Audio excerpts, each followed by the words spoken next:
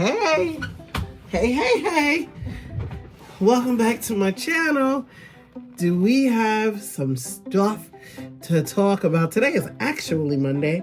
So it is our Monday conversation point. Yay! I love Monday conversations. This is a good time to sit and talk with you all. So I had an extraordinary weekend.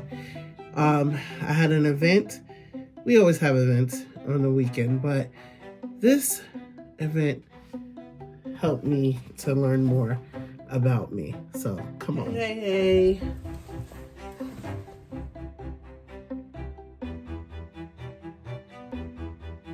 Monday's conversation is about Sunday reset.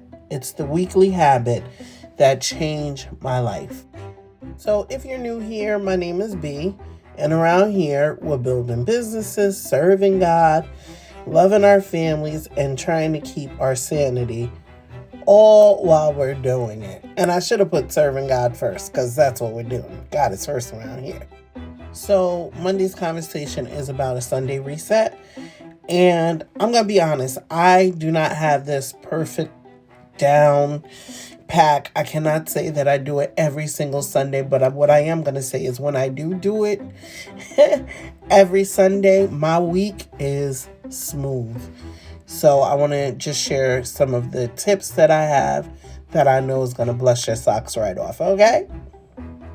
A Sunday reset isn't about having a Pinterest perfect life. It isn't about everything being figured out. It's simply taking a little time before Monday to prepare for the week God has entrusted to you. Because here's what I learned. A week that begins with intention usually ends with less stress and so many accomplishments. So today I'm just going to share with you my Sunday reset routine. Okay, I'll share how I use my planner, why I always do a brain dump, and how I schedule my appointments. Let's go. A couple of more points. I also want to share how to stay realistic and how entrepreneurs can intentionally grow their businesses. Okay, and then the caveat is self-care. Yes, baby. Self-care. So let's go. Let's get some water. Let's sit on down and let's go. So the first thing I want to say is start with prayer. This is something that I just recently started doing, adding that with my Sunday reset. I used to just sit down and go to work alone, but I want God to be a part of my planning. So before you write anything, before you open your planner, before you start making the to-do list, pray, ask God for guidance. Because I don't know about you, but I don't want just a productive week. I want a God-directed week. James 1:5 reminds us that if anyone lacks wisdom, ask God. There it is. And sometimes we're asking God to bless plans that we never invited him into. And if he didn't order those steps for us, why are we here? I mean, what are we doing? So before I schedule my week, I ask God for direction. I surrender my week. Lord, show me what's important. Show me what can wait. Show me what you want me to do. That changes everything. And this is my new planner that I created. And I'm looking through some sheets. I want to find a brain dump area for you so I could show you what the brain dump looks like. And you don't have to honestly have it in your planner. You can get a regular piece of paper and you are dropping information out of your head onto that sheet of paper, or mine is inside my planner.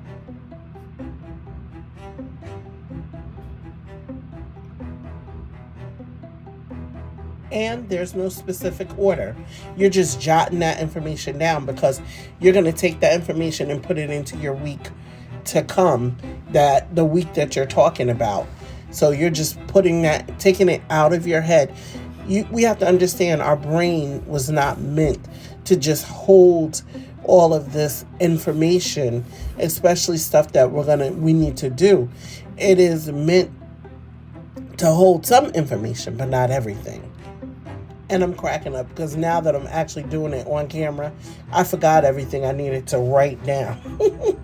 So one of the greatest things in the world is the power of the brain dump.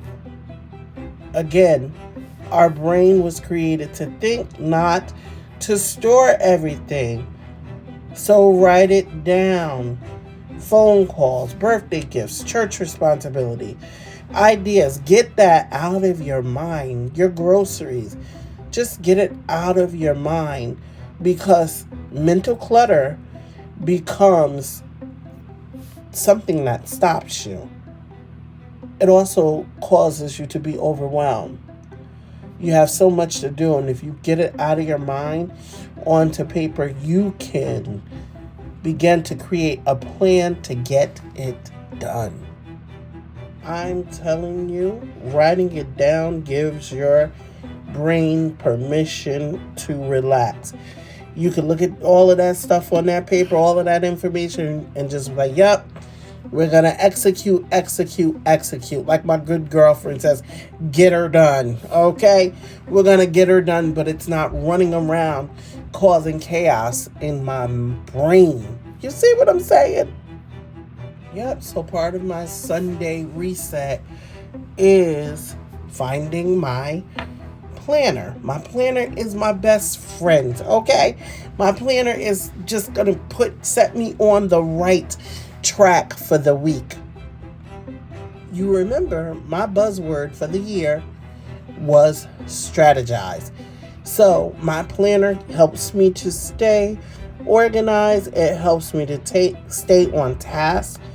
I'm not talking about, oh my God, what am I thought I was going to do. Oh, I need to go here. It's all written down. Stress free. What are you going to do Monday? What are you going to do Tuesday? What are you going to do? All of that is written down. Stress free. Honestly, the day is over for being stressed out. If I can control this part by just writing down, doing what you can do, then do it. I don't need to ask on Tuesday, what am I going to do? It's already written down. You get me? It's already put down in my planner. Thing I know for sure is everything does not belong on Monday. So plan accordingly. And what do you mean, plan accordingly? What I mean is you do not have to put everything that you got to do, everything on that brain dump page, and throw it on Monday. You have 4 to 5 other days that you can work. Everything does not have to go on Monday. To be honest, some of us create these impossible to-do lists, and then you're stressed out. My daughter made a song, Stress Me Out, Stress Me Out. I mean, do you really want to be stressed out? Stop planning everything for Monday. Be realistic. You know, sometimes I plan, and I had to learn this, especially when my kids were small. On Wednesdays, I would not plan a very long day. And the only reason why is because I needed to go to Bible study. And most of the time, our kids was with us. So I would work a half a day, come home, cook dinner, relax a little bit.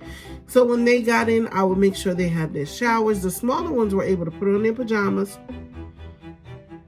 It was more important for me to be in Bible study. I would put on their pajamas because they still had to go to school in the morning. And sometimes we wouldn't get out of Bible study till 10 p.m. I needed that word, you know, and I would allow them to lay right next to me and go to sleep. Plan accordingly. Some things belong later in the week, and that's okay. I know Friday nights we used to be into church. We would be at church late in the evenings. So Saturday mornings would be our wake up anytime. I wouldn't wake my kids up early in the morning on the Saturday unless we had an event. Other than that, when your body said get up, then you can get up. So what this looks like as far as being realistic, don't plan 37 tasks from Monday to Friday. That's what you intend to do. 37 tasks. No. You're setting yourself up for failure. So you might do 3 tasks a day, and then you prioritize what is the one that you really, really have to do. And that's the one you go hard for that day. So what this looks like as far as being realistic, don't plan 37 tasks from Monday to Friday. That's what you intend to do. 37 tasks. No. You're setting yourself up for failure. So you might do 3 tasks a day, and then you prioritize what is the one that you really, really have to do. And that's the one you go hard for that day. 3, not 30, 3. And you try your best to get them all done. But even if you get 1 done, that's good. It's okay. Progress beats perfection every time. So in the event you get 1 done and you have 2 left, you take those 2 and you add it to Tuesday. And you might take Tuesday and just add 1 to Tuesday and then another to Friday. Okay? Progress beats perfection every time. So in the event you get 1 done and you have 2 left, you take those 2 and you add it to Tuesday. And you might take Tuesday and just add 1 to Tuesday and then another to Friday. Okay? Remember, if you're on Monday, and you didn't get those 3 tasks completed, grace happens. Give yourself grace. Now, I want to talk to my entrepreneurs. Okay, I know we're all busy. To all my busy moms out there, busy bees, but I want to speak directly to the entrepreneur. To the entrepreneur working full time, raising the kids, married.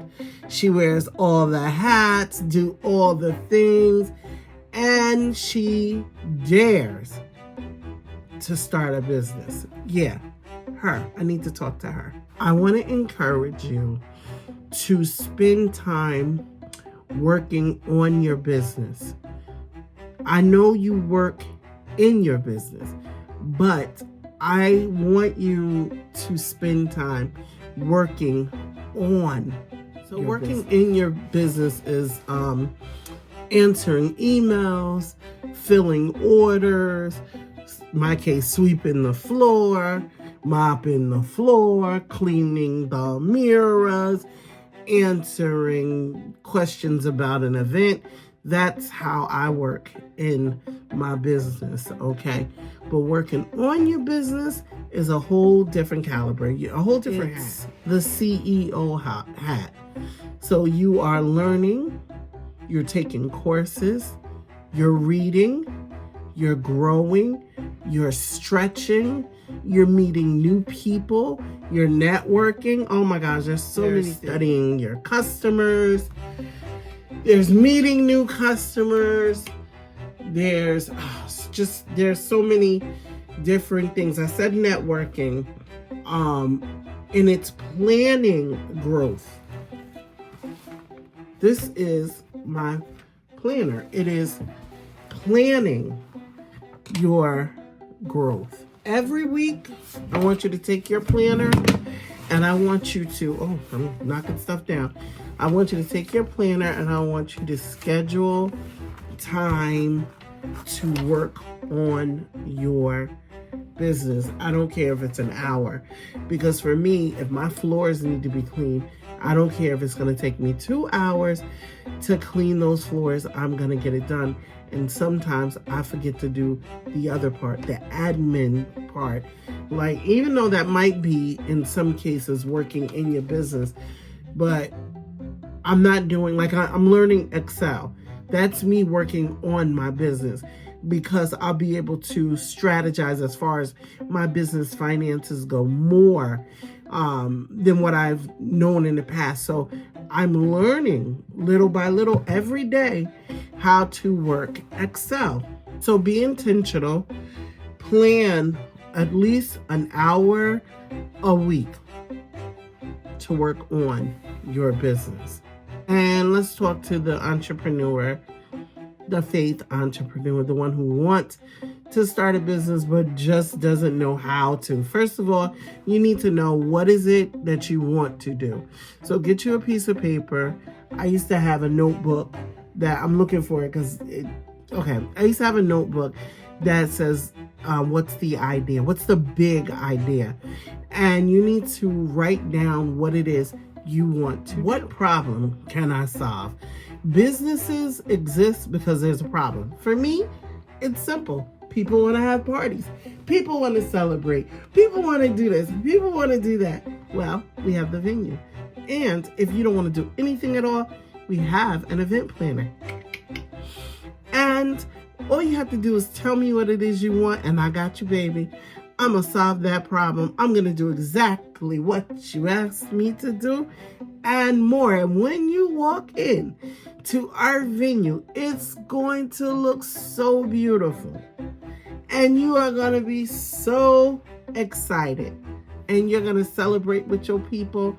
And you're going to enjoy yourself. And you're going to walk out and say, boy, we're going to remember that night forever. So that's me. That's us. We solve that problem. What problem can you solve for someone else?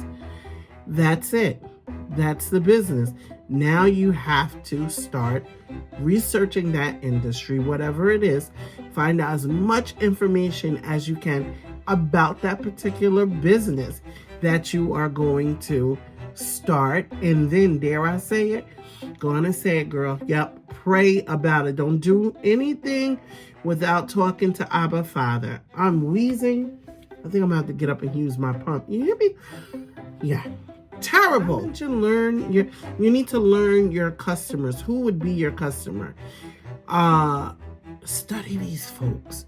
Study the area you live in. Okay? The part you can do. That shows God that you have faith in your dreams and that you know, and let's be honest, partner with God immediately. God, I need your help. I partnered with God. I was like, I got this dream. I kept saying to my kids, oh, this will be so nice, the Party Palace, the Party Palace. And one time, I don't even remember which kid, but they were like, what is the Party Palace? So I began to tell them it's a place where you can come and you can have parties. And we will decorate for you. We will do all of this. You know why? Because we were going all over decorating for people. And I hated it. I hated going to this venue, to that venue. And God dropped it in my spirit. Like, you should have a Party Palace. You should have a... I'm like, oh my gosh, that's so good. A venue where we can actually have parties. People can come and have parties. Game changer. Game changer. I saw a location. I called the guy, and my husband, the place was way too big. And Darrell was like, no. He said, absolutely not. And then the landlord is like, it's as is, because I'm old and I'm not doing any of that. Nor am I paying anybody. So it's as is. And then, so I'm like, okay. I walked in the place. I was like, I love it. Oh my gosh, we can literally have 3 or 4 parties going at one time.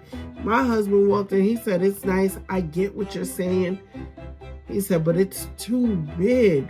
It's too big. And I'm just like, amen. Amen. My little hopes and dreams were shattered. But let me tell you, I took his number and I put it in my phone. And I put landlord. See, God want to know if you have faith. After this, I'm going to have to go put y'all on pause so I can go get my pump. He wants to know, do you have faith? So I heard what my husband said, and I respect him.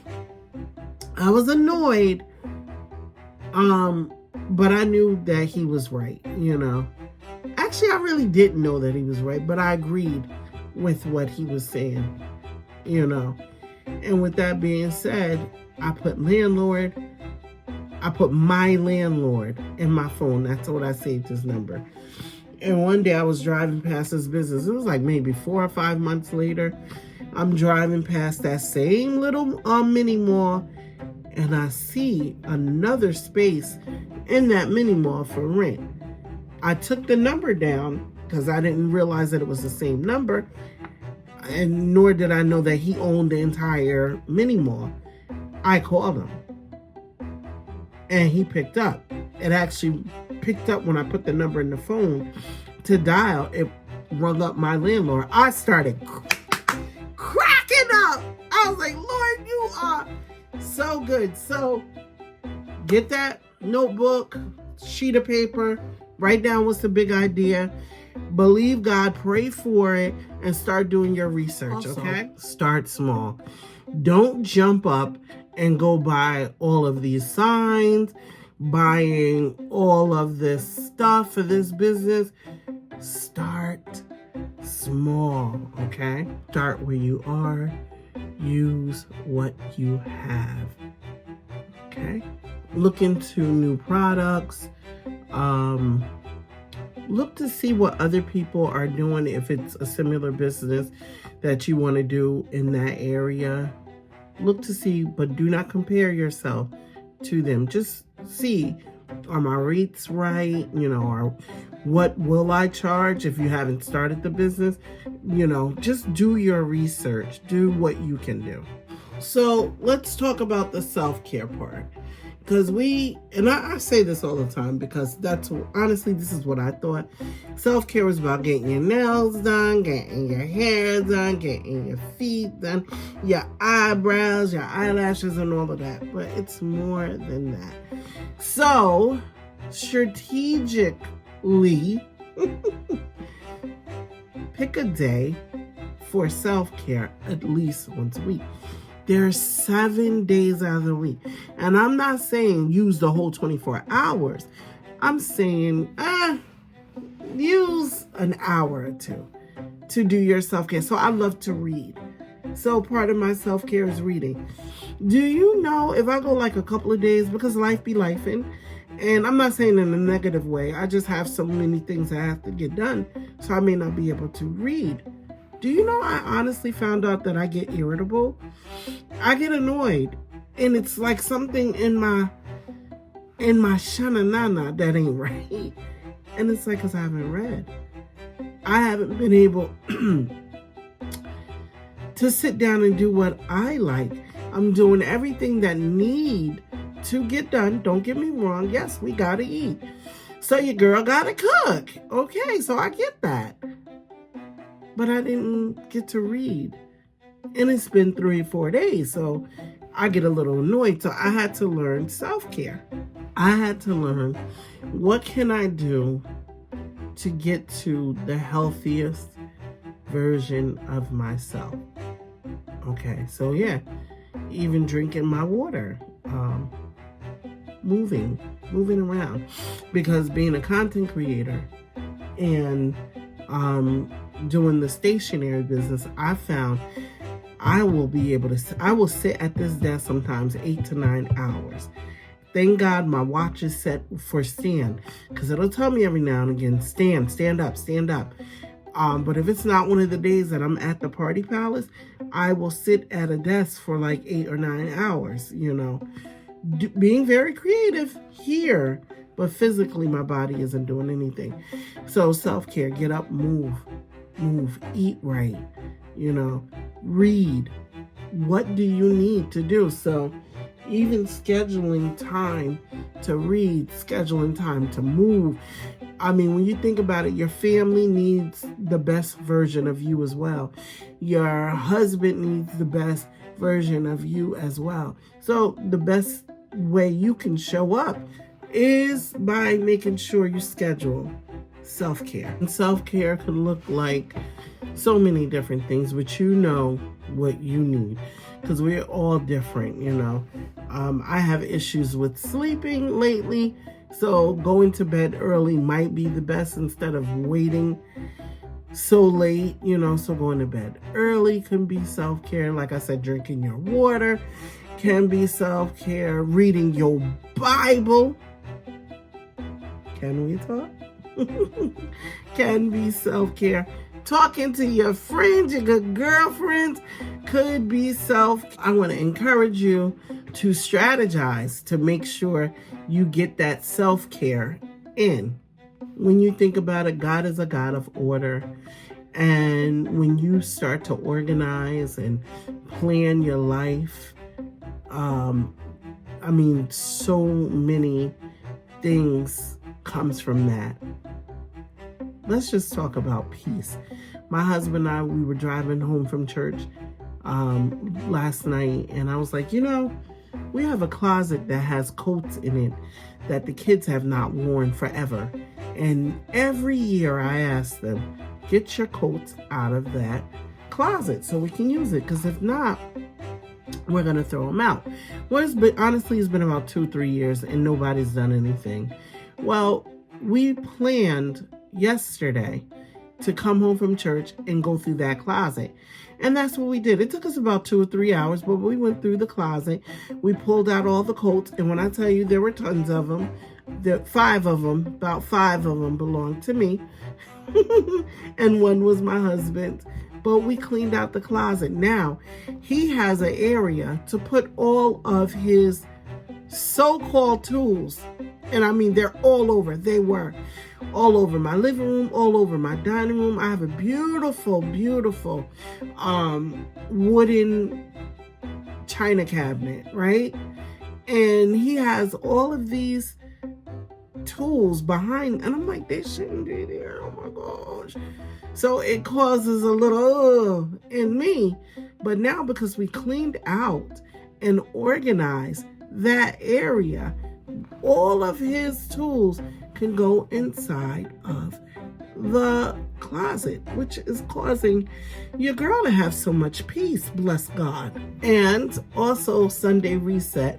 And honestly, I have been doing it for quite some time, but I hadn't called it a Sunday reset. So I actually thought about, girl, you are actually doing a Sunday reset, when you take time and what I'll do too is I have it's called Marriage Data, on on Facebook, and it is a group and where we encourage Christian people that want to get married or people that are already married. So we get data, we do information, and we put it inside that group. We also have a lot of other people that share in the group as well. So with that being said, I have to post 3 to 4 times, not really 4, but 3 times out of the week, at least 2 to 3 times a day.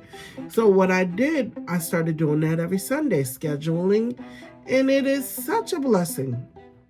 Scheduling that those posts out, and then the same thing on Instagram, and then we have Mama is Busy on TikTok. So I had to start scheduling that stuff out instead of waiting and doing it every day, because that's what I used to do.